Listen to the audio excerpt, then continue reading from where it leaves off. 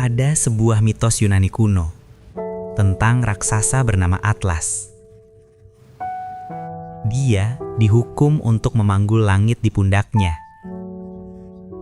sendirian, selamanya. Banyak orang berpikir Atlas itu kuat. Tapi ada satu kutipan modern yang bilang begini, Atlas was not forced to hold the world. He was just convinced that it would crumble if he let go. Atlas tidak dipaksa menahan dunia. Dia hanya yakin bahwa dunia akan hancur kalau dia melepaskannya. Dan kutipan itu mengingatkanku pada satu jenis manusia di bumi ini, yaitu anak pertama. Halo kakak tertua. Halo si pembuka jalan. Halo si bahu baja. Apa kabar pundakmu hari ini? Apakah masih berat? Atau sudah mulai mati rasa? Video ini adalah surat kecil untuk kamu.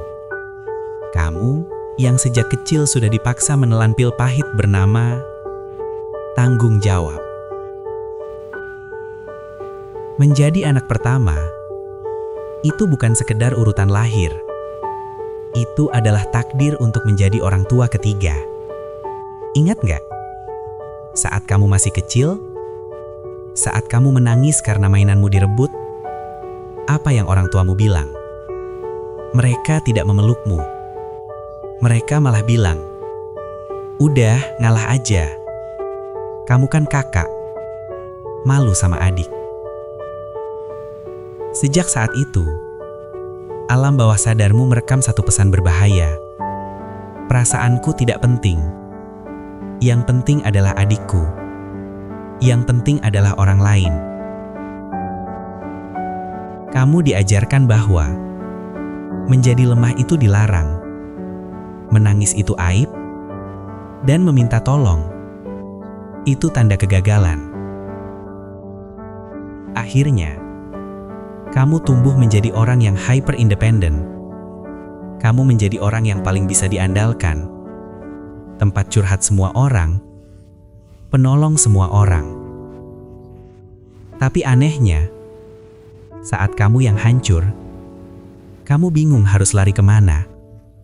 Kamu punya masalah seberat gunung, tapi mulutmu terkunci rapat. Kamu mau cerita ke orang tua, takut nambah beban pikiran mereka. Kamu mau cerita ke adik, takut mereka belum ngerti. Kamu mau cerita ke teman, takut dibilang lemah. Akhirnya, kamu telan semuanya sendiri. Kamu pakai topeng, aku gak apa-apa. Padahal di dalam, kamu berteriak minta tolong. Tapi suaramu gak keluar. Kamu merasa, kalau kamu gagal, maka satu keluarga gagal. Kalau kamu jatuh, maka satu gerbong di belakangmu ikut jatuh. Itulah kenapa kamu gak berani istirahat. Itulah kenapa kamu keras banget sama dirimu sendiri. Kamu sukses, itu dianggap wajar. Namanya juga kakak. Tapi kalau kamu gagal, itu dianggap bencana. Gimana sih? Gak bisa kasih contoh. Dunia ini tidak adil padamu ya. Kamu dituntut menjadi kompas. Padahal kamu sendiri juga baru pertama kali hidup di dunia ini. Kamu juga nggak tahu arah. Kamu juga bingung. Dengarkan ini baik-baik. Menjadi kakak bukan berarti harus jadi dewa. Kamu manusia. Darahmu merah, tulangmu bisa patah, hatimu bisa lelah.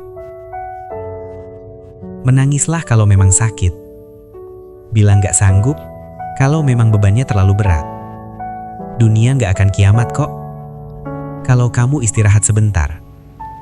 Adik-adikmu, orang tuamu, mereka perlu tahu kalau kamu juga punya batas. Jangan biarkan mereka mencintai topeng kuatmu. Biarkan mereka mencintai kamu apa adanya, termasuk rapuhmu. Turunkan standar itu pelan-pelan. Kamu tidak harus menyelamatkan semua orang. Tugas pertamamu adalah menyelamatkan dirimu sendiri.